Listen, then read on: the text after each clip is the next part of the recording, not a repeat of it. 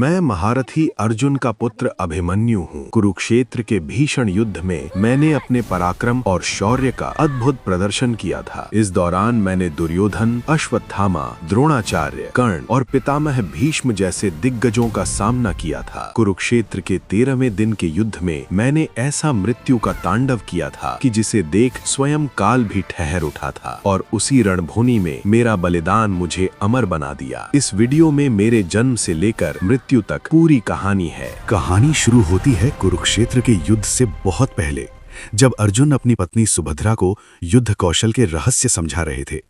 एक शाम अर्जुन ने सुभद्रा को चक्रव्यूह के बारे में बताया, वो अभेद्य रचना जिसे तोड़ना देवताओं के लिए भी कठिन माना जाता था। सुभद्रा के कोख में पल रहे अभिमन्यु एक एक शब्द ध्यान से सुन रहे थे। अर्जुन ने बताया कि कैसे पहले द्वार को भेदा जाता है, फिर भीतर प्रवेश कर शत्रु सेना को भ्रमित कर आगे बढ़ा जाता है। गर्भ में ही अभिमन्यु ने चक्रव्यूह में प्रवेश करने की विधि समझ ली, लेकिन नियति को कुछ और ही मंजूर था। जैसे ही अर्जुन ने चक्रव्यूह से बाहर निकलने की विधि बतानी शुरू की, सुभद्रा को नींद आ गई। अर्जुन ने समझाना रोक दिया और बाहर निकलने का रहस्य अधूरा ही रह गया। जब अभिमन्यु का जन्म हुआ और पांडवों के वनवास के समय उनका बचपन द्वारका में बीता, उनके गुरु कोई साधारण योद्धा नहीं थे। स्वयं भगवान श्री कृष्ण उनके पुत्र प्रद्युम्न थे। जहां अन्य बालक खेलते थे, वहीं अभिमन्यु धनुष बाण के अभ्यास करते थे। श्री कृष्ण ने उन्हें सिखाया कि युद्ध केवल बल से नहीं, बल्कि बुद्धि, धैर्य और नीति से जीता जाता है। अभिमन्यु ने धनुर्विद्या में अद्भुत कौशल प्राप्त किया और कम उम्र में ही महारथी के समान पराक्रम दिखाने लगे। कुछ समय बाद उनका विवाह राजा विराट की पुत्री उत्तरा से हुआ, जिससे उनके जीवन में प्रेम और उत्तरदायित्व दोनों आए।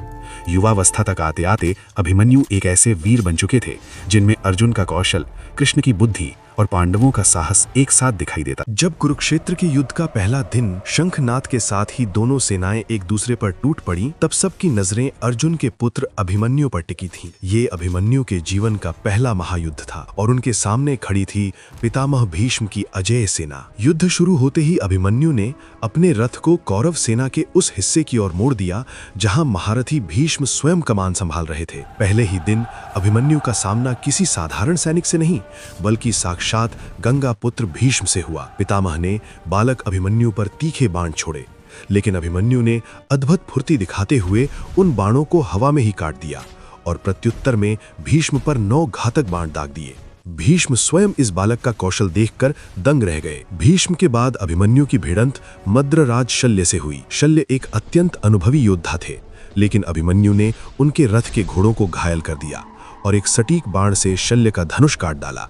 शल्य को पहले ही दिन एक बालक से पराजित होकर पीछे हटना पड़ा। इसके बाद अभिमन्यु ने दुर्योधन के भाई दुशासन पर भी हमला किया और उसे भागने पर मजबूर कर दिया। पहले दिन अभिमन्यु ने किसी प्रमुख महारथी का वध तो नहीं किया, लेकिन उन्होंने कौरव सेना के सैकड़ों पैदल सैनिकों, हाथियों और घुड़सवारों का संहार किया। उन्होंने कौरवों की अग्रिम पंक्ति को छिन्न भिन्न कर दिया। पूरे दिन के भीषण संग्राम के बाद अभिमन्यु अपराजित रहे। शाम को जब शंख बजने पर युद्ध विराम हुआ, तो पांडव खेमे में अभिमन्यु के साहस की चर्चा थी। उन्होंने साबित कर दिया था कि वे सिर्फ अर्जुन के पुत्र नहीं, बल्कि एक स्वतंत्र योद्धा हैं, जो अकेले पूरी सेना को हिला सकते हैं। युद्ध के दूसरे दिन पांडव सेना पहले दिन के भारी संघर्ष से उभरकर नई रणनीति के साथ मैदान में उतरी। आज भी सभी की निगाहें युवा वीर अभिमन्यु पर थीं, जिनकी गति और पराक्रम ने पहले ही दिन कौरवों को चौंका दिया था। युद्ध प्रारंभ होते ही अभिमन्यु अपने रथ सहित तीव्र वेग से कौरव सेना के मध्य भाग में घुस पड़े। उनके बाणों की वर्षा इतनी तीव्र थी कि कौरवों की अनेक टुकड़ियां अस्त व्यस्त हो गईं। उनका सामना भीष्म और महान आचार्य द्रोणाचार्य जैसे महारथियों से हुआ। भीष्म और द्रोण ने इस युवा योद्धा को रोकने के लिए बाणों की घनी वर्षा की, परंतु अभिमन्यु ने अपनी अद्भुत फुर्ती से उनके हर प्रहार का उत्तर दिया। अभिमन्यु ने अनेक कौरव योद्धाओं, रथों और घुड़सवारों को परास्त किया और पांडव सेना के अग्रभाग का साहस पूर्वक नेतृत्व किया। उनकी गति इतनी तीव्र थी कि कौरव सेना के कई योद्धा एक साथ मिलकर भी उन्हें रोक न सके। यद्यपि भीष्म और द्रोण जैसे महारथियों ने उन्हें घायल करने का प्रयास किया, फिर भी अभिमन्यु डटे रहे और दिन भर रणभूमि में पांडवों का मनोबल बढ़ाते रहे। सूर्यास्त तक अभिमन्यु ने कौरव सेना को भारी क्षति पहुंचाई और अपराजित रहते हुए अपने शिविर लौटे। कुरुक्षेत्र युद्ध का तीसरा दिन। उस दिन कौरवों की सेना के प्रधान सेनापति पितामह भीष्म ने पांडवों को परास्त करने के लिए एक भयंकर गरुड़ व्यूह की रचना की। इस व्यूह को तोड़ने के लिए अर्जुन, भीम और अन्य महारथियों के साथ वीर अभिमन्यु भी अग्रिम पंक्ति में डटे थे। युद्ध प्रारंभ होते ही अभिमन्यु ने अद्भुत पराक्रम दिखाया। उन्होंने अपने तीव्र बाणों से कौरव सेना के अग्रभाग पर आक्रमण किया और अनेक रथों, घोड़ों तथा योद्धाओं को धराशायी कर दिया। उस दिन उनका सामना विशेष रूप से कौरव पक्ष के कई राजाओं और सेना नायकों से हुआ, जिनमें त्रिगर्तों की सेना भी शामिल थी। अभिमन्यु ने शत्रु सेना के अनेक योद्धाओं को परास्त कर पांडव सेना के लिए मार्ग प्रशस्त किया। उन्होंने कौरवों के रथों के ध्वज काटे, सारथियों को घायल किया और अपने तीव्र आक्रमण से कौरव पंक्तियों में भय फैला दिया। हालांकि तीसरे दिन अभिमन्यु का सीधा द्वंद्व भीष्म या द्रोण से निर्णायक रूप में नहीं हुआ, फिर भी उन्होंने उनके प्रबल आक्रमणों का साहसपूर्वक सामना किया और पांडव सेना की रक्षा में महत्वपूर्ण भूमिका निभाई और तीसरे दिन के अंत में वे सुरक्षित शिविर लौटे। कुरुक्षेत्र का चौथा दिन आरंभ हुआ। दोनों सेनाएं फिर से भीषण युद्ध के लिए आमने सामने खड़ी थीं। उस दिन अर्जुन पुत्र अभिमन्यु ने अद्भुत पराक्रम दिखाया। वे अपने रथ पर सवार होकर कौरव सेना के मध्य भाग में घुस गए और अपने तीव्र बाणों से शत्रु पक्ष को विचलित करने लगे। अभिमन्यु का सामना कौरव पक्ष के अनेक महारथियों से हुआ। उन्होंने मद्र देश के राजा शल्य से युद्ध किया और अपने प्रचंड बाणों से उन्हें घायल किया तथा उनके सारथी को मार गिराया। शल्य कुछ समय के लिए युद्ध भूमि से हटने पर विवश हुए। युद्ध के दौरान अभिमन्यु ने कौरव सेना के अनेक योद्धाओं और राजकुमारों को परास्त किया। उनके तीव्र प्रहारों से कौरव सेना में भारी हानि हुई और कई रथ, घोड़े तथा सैनिक धराशायी हुए। उधर भीमसेन भी कौरव भाइयों पर प्रहार कर रहे थे। अभिमन्यु ने अपने आक्रमण से कौरव सेना को उलझाकर भीम की सहायता की, जिससे पांडव पक्ष को उस दिन बढ़त मिली। दिन के उत्तरार्ध में पितामह भीष्म ने अभिमन्यु को रोकने का प्रयास किया। दोनों के बीच तीव्र बाण वर्षा हुई। अभिमन्यु ने अत्यंत साहस और कौशल से भीष्म के प्रहारों का सामना किया और अपनी वीरता से सभी को चकित कर दिया। सूर्यास्त तक अभिमन्यु रणभूमि में डटे रहे और कौरव सेना को भारी क्षति पहुंचाकर सुरक्षित पांडव शिविर लौटे। युद्ध का 5वां दिन प्रातःकाल शंखनाद के साथ दोनों सेनाएं पुनः आमने सामने खड़ी थीं। पितामह भीष्म के नेतृत्व कौरव सेना प्रचंड रूप से पांडव सेना पर आक्रमण किया। इसी उग्र युद्ध के बीच अर्जुन पुत्र अभिमन्यु भी रणभूमि में उतरा। वो आयु में युवा थे, परंतु शस्त्र विद्या में पूर्णतः निपुण थे। उस दिन अभिमन्यु ने कौरव सेना की अग्र पंक्ति पर आक्रमण किया। उसके तीव्र बाणों से अनेक कौरव सैनिक और रथी घायल हुए। वो निरंतर आगे बढ़ता हुआ शत्रु व्यूह को भेदता गया। कुछ ही समय में उसका सामना आचार्य द्रोण से हुआ। द्रोणाचार्य ने उस पर तीक्ष्ण और तीव्र बाणों की वर्षा की, परंतु अभिमन्यु ने अद्भुत कौशल दिखाते हुए उन बाणों को बीच में ही काट दिया। दोनों के बीच घोर बाण युद्ध हुआ। द्रोण ने उसके धनुष और रथ को लक्ष्य किया और अभिमन्यु ने भी समान वेग से प्रत्युत्तर दिया। युद्ध लंबे समय तक चला, परंतु उस दिन न तो द्रोण पराजित हुए और न ही अभिमन्यु पीछे हटा। इसके पश्चात कृपाचार्य ने भी उस पर प्रहार किया। अभिमन्यु ने उनके बाणों का सामना किया और उन्हें भी रोके रखा। अश्वत्थामा ने भी उस युवा योद्धा को लक्ष्य किया, परंतु अभिमन्यु ने धैर्य और कौशल से उनका प्रतिकार किया। उस दिन अभिमन्यु ने अनेक कौरव रथियों को घायल किया और उन्हें पीछे हटने पर विवश किया। वो निरंतर युद्ध करता रहा, कभी द्रोण के सामने तो कभी अन्य कौरव योद्धाओं से घिरा हुआ। यद्यपि 5वें दिन किसी बड़े महारथी का उसके हाथों वध नहीं हुआ, किंतु उसका पराक्रम स्पष्ट दिखाई दे रहा था। वो किसी से भयभीत नहीं हुआ और दिन भर युद्ध भूमि में डटा रहा। सूर्यास्त के समय जब शंखनाद हुआ, तब तक अभिमन्यु अपराजित था। युद्ध का 6ठा दिन। पितामह भीष्म के नेतृत्व में कौरव सेना ने आज क्रौंच व्यूह की रचना की। रणभूमि रक्त से लाल थी और दोनों ओर से प्रचंड आक्रमण हो रहे थे। आज भी अभिमन्यु अपने पिता अर्जुन के समान तेजस्वी होकर युद्ध भूमि में उतरे। उनका रथ वायु के समान वेग से कौरव सेना के मध्य प्रवेश कर गया। जब पांडव सेनापति धृष्टद्युम्न पर आचार्य द्रोण ने तीव्र बाण वर्षा की और वे संकट में घिर गए, तब अभिमन्यु ने आगे बढ़कर बाणों को हवा में ही काट दिया और द्रोणाचार्य पर तीखे बाण छोड़े। उनके ध्वज और धनुष को लक्ष्य किया, उन्हें क्षण भर के लिए पीछे हटने पर विवश कर दिया। अभिमन्यु की बाण वृष्टि इतनी तीव्र थी कि कौरव पक्ष के अनेक महारथी एक साथ उन्हें रोकने के लिए आगे आए। अभिमन्यु ने दुर्योधन पर प्रहार कर उसे घायल किया। दुर्योधन की रक्षा के लिए दुशासन, विकर्ण और अन्य कौरव भ्राता आगे बढ़े, किंतु अभिमन्यु ने उनके रथों को नष्ट कर दिया। दुशासन के धनुष को काटकर उसे पीछे हटने पर विवश किया। विकर्ण के सारथी और ध्वज को लक्ष्य कर उसे भी युद्ध से दूर कर दिया। कौरवों के प्रबल आक्रमण को देखते हुए कृपाचार्य और अश्वत्थामा ने संयुक्त रूप से अभिमन्यु पर बाणों की वर्षा की, किंतु सुभद्रा पुत्र ने अद्भुत कौशल दिखाते हुए उनके प्रत्येक प्रहार का उत्तर दिया। उन्होंने अश्वत्थामा के कवच को भेदा और कृपाचार्य के रथ को नष्ट कर दिया। उनकी युद्ध कुशलता देखकर स्वयं भीष्म भी प्रशंसा कर रहे थे। महाभारत के वर्णन के अनुसार उस दिन अभिमन्यु ने असंख्य रथियों, घुड़सवारों और गज दल को परास्त किया। उनके बाणों से कौरव सेना में भगदड़ मच गई। वे जहां भी जाते शत्रु सेना छिन्न भिन्न हो जाती। उनका पराक्रम देखकर कौरव पक्ष चिंतित हो उठा। सूर्यास्त तक अभिमन्यु रणभूमि में डटे रहे। छठे दिन भी वे अपराजित रहे और पांडव सेना का उत्साह बढ़ाकर सुरक्षित शिविर लौटे। युद्ध का 7वां दिन। आज पितामह भीष्म ने मंडल व्यूह की रचना की थी। इसके उत्तर में धर्मराज युधिष्ठिर ने वज्र व्यूह का निर्माण कराया। युद्ध आरंभ होते ही अर्जुन पुत्र अभिमन्यु वज्र की भांति कौरव सेना पर टूट पड़ा। उसकी गति अत्यंत तीव्र थी और उसके बाणों से मानो अग्नि बरस रही थी। सबसे पहले उसका सामना गांधार नरेश शकुनी से हुआ। शकुनी ने तीव्र बाणों की वर्षा कर अभिमन्यु को रोकना चाहा, परंतु अभिमन्यु ने अपने अद्भुत धनुर्विद्या कौशल से उसके बाणों को आकाश में ही काट डाला। प्रत्युत्तर में अभिमन्यु ने शकुनी के रथ के घोड़ों और सारथी को घायल कर दिया। विवश होकर शकुनी को युद्ध भूमि से पीछे हटना पड़ा। इसके पश्चात अभिमन्यु ने कौरव सेना के अन्य महारथियों को ललकारा। उसका सामना मध्य देश के राजा शल्य से हुआ। दोनों के मध्य घोर बाण युद्ध छिड़ गया। अभिमन्यु ने तीव्र प्रहार कर शल्य के रथ को क्षतिग्रस्त कर दिया और कौरव सेना पर बाणों की प्रचंड वर्षा करने लगा। युद्ध के मध्य भाग में दुर्योधन ने अपने भाइयों और प्रमुख योद्धाओं को अभिमन्यु को रोकने का आदेश दिया। दुशासन, विकर्ण और चित्रसेन ने एक साथ उस पर आक्रमण किया, परंतु अभिमन्यु ने अद्भुत पराक्रम दिखाते हुए उनके आक्रमणों को निष्फल कर दिया। उसके तीक्ष्ण बाणों से दुशासन गंभीर रूप से घायल हुआ और उसे पीछे हटना पड़ा। चित्रसेन का रथ भी उसके प्रहारों से नष्ट हो गया। सिंधु नरेश जयद्रथ ने भी उसका मार्ग रोकने का प्रयास किया, किंतु अभिमन्यु के प्रचंड वेग के सामने वो अधिक देर तक स्थिर न रह सका। दोपहर के समय अभिमन्यु ने भीष्म द्वारा संरक्षित सेना के एक भाग को भेद डाला। वो अकेले ही कौरवों की हाथी और घुड़सवार सेना के मध्य प्रविष्ट हो गया। उसके बाणों की वर्षा से अनेक हाथी और योद्धा धराशायी हो गए। कौरव सेना में क्षण भर के लिए व्याकुलता छा गई। 7वें दिन के सूर्यास्त तक अभिमन्यु अपराजित रहा। उसने कौरव पक्ष के अनेक महारथियों को परास्त कर पांडव सेना का उत्साह दोगुना कर दिया।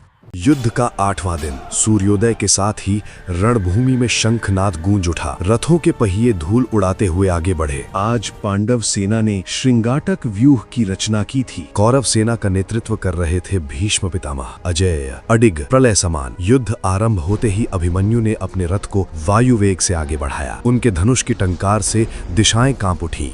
उन्होंने कौरव सेना के अग्रभाग पर ऐसा प्रहार किया कि रथों के ध्वज टूटकर गिर पड़े, घोड़े घायल हो गए और सैनिकों की पंक्तियां बिखर गईं। धृतराष्ट्र के पुत्रों ने उन्हें रोकने का प्रयास किया। वे समूह बनाकर अभिमन्यु पर टूट पड़े, पर अभिमन्यु के बाण बिजली की गति से चले। एक एक कर कई राजकुमार उनके प्रहार से भूमि पर गिर पड़े। कौरव सेना में पहली बार भय की रेखा दिखाई दी। एक युवा योद्धा उनके मध्य प्रलय बन चुका था। तभी आगे बढ़े आचार्य द्रोण के पुत्र अश्वत्थामा। उन्होंने तीव्र बाण वर्षा की। आकाश तीरों से ढक गया, पर अभिमन्यु ने अद्भुत कौशल दिखाया। उन्होंने हवा में ही बाणों को काट डाला और प्रत्युत्तर में ऐसे प्रहार किए कि अश्वत्थामा को क्षण भर पीछे हटना पड़ा। इसके बाद सामने आए महान धनुर्धर कृपाचार्य। कृपाचार्य के प्रहार अत्यंत सटीक थे, पर अभिमन्यु की गति उनसे कहीं अधिक तीव्र थी। उन्होंने कृपाचार्य के रथ को बाणों से ढक दिया। रथ डगमगा उठा और आचार्य को पीछे हटना पड़ा। उधर चालबाज गांधार नरेश शकुनी ने सैनिकों सहित अभिमन्यु को घेरने का प्रयास किया, पर आज अभिमन्यु रुकने वाले नहीं थे। उन्होंने क्रोध में आकर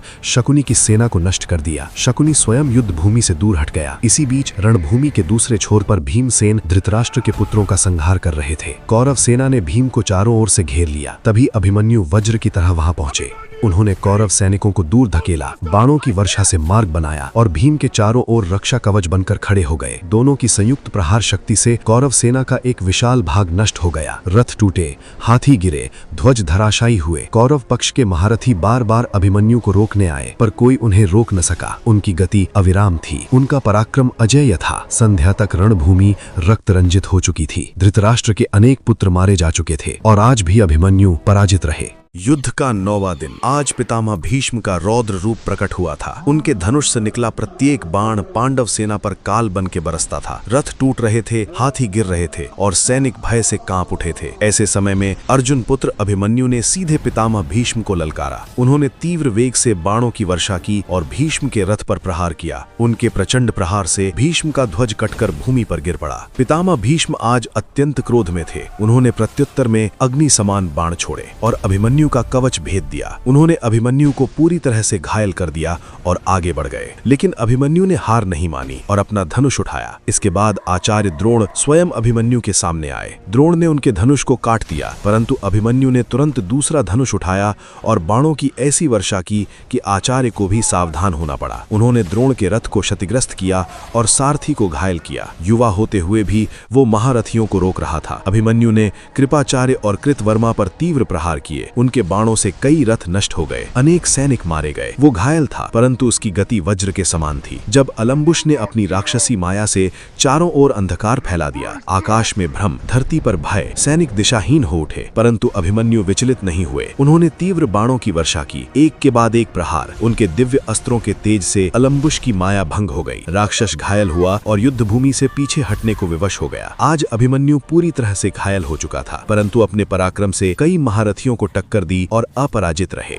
युद्ध का 10वां दिन। कई दिनों से पितामह भीष्म पांडव सेना पर काल बनकर टूट पड़े थे। इसलिए आज पांडवों ने एक स्पष्ट रणनीति बनाई। भीष्म को युद्ध से हटाना ही होगा। कौरवों ने भी उनकी रक्षा के लिए सर्वतोभद्र व्यूह रचा। ये ऐसा व्यूह था जिसमें चारों दिशाओं से सुरक्षा की व्यवस्था रहती है। इसके केंद्र में स्वयं पितामह भीष्म खड़े थे। उनके चारों ओर द्रोणाचार्य, कृपाचार्य, अश्वत्थामा, कृतवर्मा और अन्य महारथी कवच बनाकर तैनात थे। किसी भी दिशा से भीतर प्रवेश करना लगभग असंभव था। उधर पांडवों की योजना अलग थी। सबसे आगे शिखंडी को रखा गया, क्योंकि भीष्म उन पर अस्त्र नहीं उठाते थे। शिखंडी के पीछे अर्जुन थे और उनकी रक्षा तथा मार्ग प्रशस्त करने के लिए भीम, सात्यकी, धृष्टद्युम्न और अभिमन्यु जैसे वीर तैनात थे। यहीं से अभिमन्यु की भूमिका शुरू होती है। युवा रथी अभिमन्यु तेज गति से रणभूमि में उतरता है। उसका लक्ष्य साफ है, कौरव योद्धाओं को उलझाए रखना ताकि मुख्य योजना सफल हो सके। उसका सामना दुर्योधन के भाइयों से होता है। वो उनके आक्रमण को रोकता है और उन्हें पीछे हटने पर मजबूर कर देता है। कई रथ टूटते हैं, अनेक सैनिक युद्ध से बाहर हो जाते हैं। इसके बाद उसका सामना कृतवर्मा और कृपाचार्य से होता है। बाणों की तीव्र वर्षा होती है। युद्ध भयंकर है, परिणाम निर्णायक नहीं, लेकिन अभिमन्यु उन्हें आगे बढ़ने से रोक देता है। यही उसका उद्देश्य था, शत्रु को बांध कर रखना। 10वें दिन वो पराजित नहीं होता, घायल जरूर होता है, पर रणभूमि नहीं छोड़ता। वो अपनी जिम्मेदारी निभाता है, रणनीति, साहस और कर्तव्य के साथ। संध्या के समीप योजना के अनुसार शिखंडी को आगे रखकर अर्जुन भीष्म पर प्रहार करते हैं। अंततः पितामह बाणों से विद्ध होकर शरशैया पर लेट जाते हैं। इस निर्णायक दिन अभिमन्यु ने कोई असाधारण घोषणा नहीं की, लेकिन उसने अपना धर्म निभाया,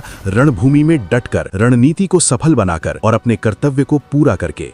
युद्ध का 11वां दिन। आज कौरव सेना का नेतृत्व आचार्य द्रोण के हाथों में था। दुर्योधन ने द्रोणाचार्य से एक ही आग्रह किया था, किसी भी तरह धर्मराज युधिष्ठिर को जीवित बंदी बनाना। योजना के अनुसार द्रोणाचार्य ने आज कौरव सेना को विशेष व्यूह में व्यवस्थित किया और स्वयं अग्रभाग से युद्ध का संचालन करने लगे। उनका लक्ष्य स्पष्ट था, पांडव सेना को भेदते हुए सीधे युधिष्ठिर तक पहुंचना। जैसे ही द्रोणाचार्य पांडव सेना को चीरते हुए आगे बढ़े, अर्जुन पुत्र अभिमन्यु सामने आया और अभिमन्यु ने अत्यंत साहस और कौशल के साथ आचार्य द्रोण के आक्रमणों का सामना किया। दोनों के बीच तीव्र बाण वर्षा होने लगी। अभिमन्यु ने अनेक तीक्ष्ण बाण चलाकर द्रोणाचार्य के रथ और धनुष पर प्रहार किए और कुछ समय के लिए उनकी गति को रोक दिया। इसी बीच कौरव पक्ष के कई योद्धा द्रोण की सहायता के लिए आगे बढ़े।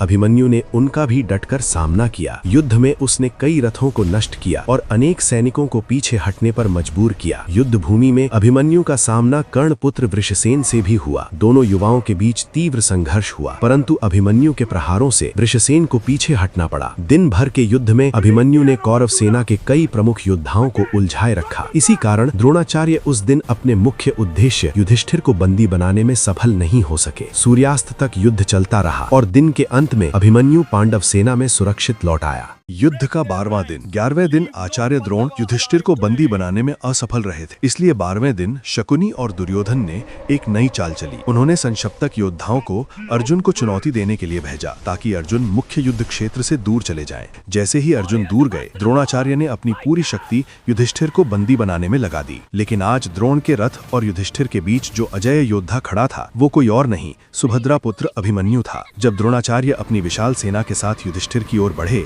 तब अभिमन्यु ने अपने पराक्रम से कौरव सेना में खलबली मचा दी। व्यास महाभारत के अनुसार उस दिन अभिमन्यु ने कौरव पक्ष के शक्तिशाली राजा पौरवराज को बुरी तरह परास्त किया। जब स्वयं द्रोणाचार्य ने अभिमन्यु को रोकना चाहा, तो इस बालक ने आचार्य पर ऐसे प्रहार किए कि स्वयं द्रोण भी विचलित हो उठे। उसी समय पांडव सेनापति धृष्टद्युम्न द्रोणाचार्य से युद्ध करने लगे और अभिमन्यु का सामना अंगराज कर्ण से हुआ। अभिमन्यु ने अपना रणकौशल दिखाते हुए कर्ण पर तीखे बाण छोड़े, जिन्हें कर्ण ने अपनी फुर्ती से हवा में ही पकड़ लिया। दोनों के बीच भीषण बाण वर्षा हुई, परंतु अंततः कर्ण ने अभिमन्यु का रथ नष्ट कर दिया और आगे बढ़ गए। अभिमन्यु तुरंत दूसरे रथ पर सवार होकर लौटे। जब मध्रराज शल्य ने उन पर हमला किया, तो अभिमन्यु ने अपने बाणों से शल्य के भाई को यमलोक भेज दिया। यद्यपि कलिंग के मुख्य राजा का वध भीम पहले ही कर चुके थे, किंतु बचे हुए कलिंग राजकुमारों और उनकी गज सेना, हाथियों की सेना को अभिमन्यु ने अकेले ही तहस नहस कर दिया। दुशासन जैसे महारथियों ने भी अभिमन्यु को घेरने का प्रयास किया, लेकिन अभिमन्यु के प्रहारों ने उन्हें घायल कर पीछे हटने पर विवश कर दिया। अश्वत्थामा और द्रोण ने उन्हें कई बार रोकने की कोशिश की, उन्हें घायल भी किया, लेकिन वो अभिमन्यु के रथ को एक पग भी पीछे नहीं ढकेल पाए। सूर्यास्त तक अभिमन्यु ने युधिष्ठिर की रक्षा का अपना उत्तरदायित्व पूरी निष्ठा से निभाया और सुरक्षित अपने शिविर लौटे। युद्ध का 13वां दिन। सूर्योदय के साथ ही रणभूमि में शंखनाद गूंज उठा। उस दिन कौरव सेना का नेतृत्व गुरु द्रोणाचार्य कर रहे थे। उन्होंने एक ऐसी युद्ध रचना बनाई जिसे देखकर पांडव सेना के कई योद्धा भी चिंतित हो उठे। ये थी चक्रव्यूह, एक गोलाकार और जटिल रचना जिसमें प्रवेश करना जितना कठिन था, उससे बाहर निकलना उससे भी अधिक कठिन था। उस दिन अर्जुन रणभूमि में मौजूद नहीं थे। संशप्तक योद्धाओं ने उन्हें दूर युद्ध में उलझा दिया था। अर्जुन के बिना पांडव सेना के पास ऐसा कोई योद्धा नहीं था जो चक्रव्यूह को भेद सके। युधिष्ठिर चिंता में डूबे खड़े थे। भीम, नकुल और सहदेव भी उस व्यूह को भेदने का उपाय नहीं जानते थे। तभी पांडव सेना के बीच से एक युवा योद्धा आगे बढ़ा। ये था अर्जुन का पुत्र अभिमन्यु। 16 वर्ष का ये वीर बालक अपने पिता की तरह तेजस्वी और साहसी था। अभिमन्यु ने शांत स्वर में कहा, ताजश्री, मुझे चक्रव्यूह में प्रवेश करना आता है। यदि आप सब मेरे पीछे आए तो मैं इस व्यूह को भेद सकता हूँ। युधिष्ठिर ने पूछा, वत्स, क्या तुम्हें इससे बाहर निकलने की विधि भी ज्ञात है? अभिमन्यु ने उत्तर दिया, मुझे प्रवेश करना आता है, लेकिन बाहर निकलने की पूरी विधि नहीं जानता। फिर भी धर्म की रक्षा के लिए मैं पीछे नहीं हटूंगा। उसकी आंखों में दृढ़ता थी। युधिष्ठिर ने उसे आशीर्वाद दिया और अभिमन्यु अपने रथ पर सवार होकर चक्रव्यूह की ओर बढ़ चला। कुछ ही क्षणों में उसका रथ कौरव सेना की पहली पंक्ति तक पहुंच गया। अभिमन्यु ने अपना धनुष उठाया और बाणों की वर्षा शुरू कर दी। उसके बाणों की गति इतनी तेज थी कि कौरव सैनिक एक एक करके धराशायी होने लगे। रथ, घोड़े और हाथी चारों ओर गिरने लगे। कुछ ही समय में अभिमन्यु में चक्रव्यूह का पहला द्वार तोड़ दिया और भीतर प्रवेश कर गया। द्रोणाचार्य ये देखकर आश्चर्यचकित रह गए। जिस व्यूह को भेदना बड़े बड़े महारथियों के लिए कठिन था, उसे एक युवा योद्धा ने भेद दिया था। व्यूह के भीतर पहुंचते ही अभिमन्यु ने युद्ध को और भी तेज कर दिया। उसने अपने बाणों से कई कौरव योद्धाओं को घायल कर दिया। कौरव सेना में हाहाकार मच गया। अभिमन्यु का रथ बिजली की तरह रणभूमि में घूम रहा था। इसी बीच कौरव सेना के कई महारथी उसके सामने आ खड़े हुए। कृपाचार्य, अश्वत्थामा और शल्य ने मिलकर उसे रोकने की कोशिश की, लेकिन अभिमन्यु के प्रहार बहुत तेज थे। शल्य को घायल कर दिया और कई योद्धाओं को पीछे हटने पर मजबूर कर दिया। कौरव सेना समझ नहीं पा रही थी कि एक युवा योद्धा इतनी शक्ति के साथ कैसे लड़ रहा है। इसी दौरान दुर्योधन का पुत्र लक्ष्मण कुमार अभिमन्यु के सामने आ खड़ा हुआ। दोनों के बीच भयंकर युद्ध शुरू हो गया। दोनों ओर से बाणों की वर्षा होने लगी, लेकिन अभिमन्यु का पराक्रम अधिक प्रबल था। उसने एक तीव्र बाण छोड़ा। वो बाण सीधा लक्ष्मण के सिर को भेदता हुआ निकल गया। दुर्योधन का पुत्र रणभूमि में गिर पड़ा। अपने पुत्र की मृत्यु देखकर दुर्योधन क्रोध से भर उठा। अब युद्ध और भी भयानक हो गया। उधर चक्रव्यूह के बाहर भीषण युद्ध चल रहा था। जयद्रथ को भगवान शिव से वरदान मिला था कि वो एक दिन के लिए पांडवों को रोक सकेगा। उस दिन उसी वरदान के बल पर जयद्रथ ने भीम, युधिष्ठिर, नकुल और सहदेव को व्यूह के भीतर प्रवेश करने से रोक दिया। अब अभिमन्यु व्यूह के केंद्र में अकेला पड़ चुका था। उसके सामने कौरव सेना के कई महारथी खड़े थे, लेकिन अभिमन्यु का साहस कम नहीं हुआ। वो अकेला ही सब पर टूट पड़ा। उसके बाणों से कौरव सेना में फिर से हाहाकार मच गया। कौरव योद्धा समझ गए कि यदि अभिमन्यु को अभी नहीं रोका गया तो वो पूरी सेना को भारी नुकसान पहुंचा सकता है। तभी द्रोणाचार्य ने एक संकेत दिया। कर्ण ने पीछे से अभिमन्यु का धनुष काट दिया। कृतवर्मा ने उसके रथ के घोड़ों को मार गिराया। कृपाचार्य ने उसके सारथी का वध कर दिया। अब अभिमन्यु का रथ टूट चुका था। वो रणभूमि में अकेला खड़ा था, लेकिन उसने हार नहीं मानी। उसने तलवार और ढाल उठाई और फिर से युद्ध शुरू कर दिया। अभिमन्यु ने कई सैनिकों को परास्त कर दिया, लेकिन कुछ समय बाद उसकी तलवार भी टूट गई। अब उसके पास कोई हथियार नहीं था। तभी उसने अपने टूटे हुए रथ का पहिया उठाया और उसी को हथियार बनाकर शत्रुओं पर टूट पड़ा। वो अकेला 7 महारथियों के बीच युद्ध कर रहा था। उसकी वीरता देखकर स्वयं द्रोणाचार्य भी मन ही मन उसकी प्रशंसा कर रहे थे, लेकिन कौरव योद्धाओं ने उसे चारों ओर से घेर लिया। अभिमन्यु घायल हो चुका था, फिर भी वो अंतिम क्षण तक लड़ता रहा। अंत में दुशासन के पुत्र ने गदा से उस पर प्रहार किया। वो प्रहार अत्यंत घातक था। अभिमन्यु भूमि पर गिर पड़ा। कुरुक्षेत्र की रणभूमि कुछ क्षणों के लिए शांत हो गई। एक 16 वर्ष का योद्धा 7 महारथियों से लड़ते हुए वीर गति को प्राप्त हुआ था, लेकिन उसकी वीरता ने इतिहास में एक अमिट छाप छोड़ दी। जब ये समाचार अर्जुन तक पहुंचा तो उनका क्रोध भयंकर हो उठा। अर्जुन ने प्रतिज्ञा ली, यदि कल सूर्यास्त से पहले मैं जयद्रथ का वध न करूं तो मैं स्वयं अग्नि में प्रवेश कर जाऊंगा। अभिमन्यु की वीरता ने कुरुक्षेत्र युद्ध को और भी भयानक मोड़ पर पहुंचा दिया था, और यही घटना महाभारत के इतिहास में एक अमर कथा बन गई।